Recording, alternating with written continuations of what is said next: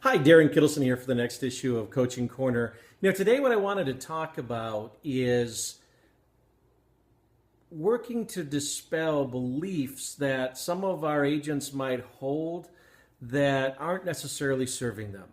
So I guess a term for that may be beliefs that hold them back, or beliefs that aren't serving you, or a belief that isn't moving you forward in your business. And let me give an example of that. And you've probably experienced this before. There's a statement that gets said quite often in our industry, well, that can't be done here.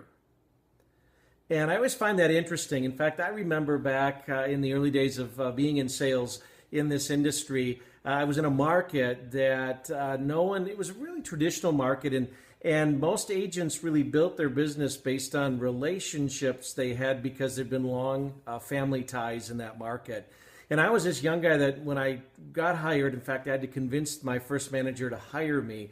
When she hired me, I had nothing as far as a database at all. In fact, the only knowledge I had of that market at the time was how to get from the house I was renting to the office that had just hired me. So I had no base whatsoever. And so really what I was faced with was building my business by lead generating.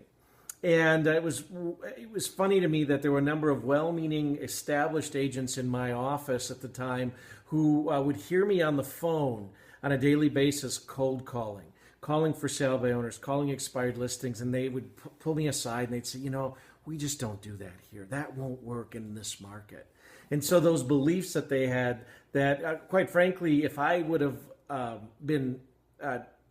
bought into them, would have prevented me from building my business as quickly as I had the opportunity to.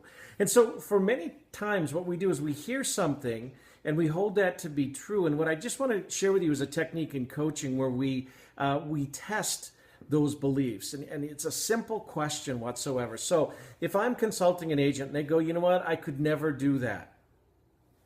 Let me give you an example. I could never call for sale by owners. And so when I hear something like that, what it shows up is that agent has a belief that they can't do that. And so the question I would ask is, so tell me a little bit more about that. Why can't you call for sale by owners? Well, because they hate real estate agents. Go, okay, so for sale by owners are for sale by owner because they hate agents. Is that true? And they go, yes, it's true. And I go, okay, so it's true for you. Now let me ask you this. Have you ever seen a for sale by owner sign in a yard, maybe in your own neighborhood or in one of the areas that you're building your business in, and after a period of time, another real estate agent's sign goes in that yard, meaning that for sale by owner listed with an agent? And they go, well, yeah, I have. I go, great. So think about that time. Now, if what you just said before was absolutely true, meaning for sale by owners are for sale by owner because they will not work with the real estate agent, then how did that happen?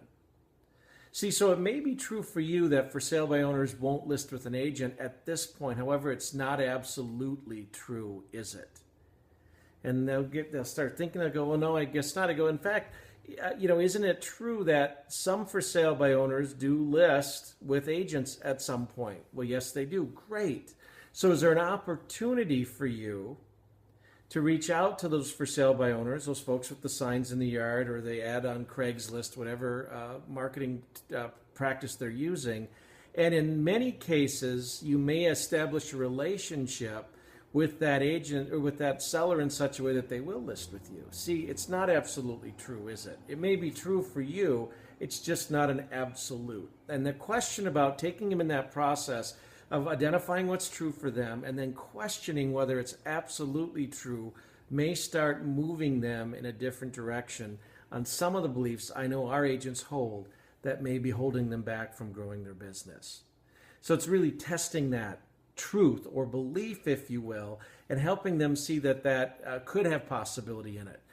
So I trust that makes sense. I want to thank you for spending just a couple minutes with me today in Coaching Corner. My name is Darren Kittleson. Have an awesome day.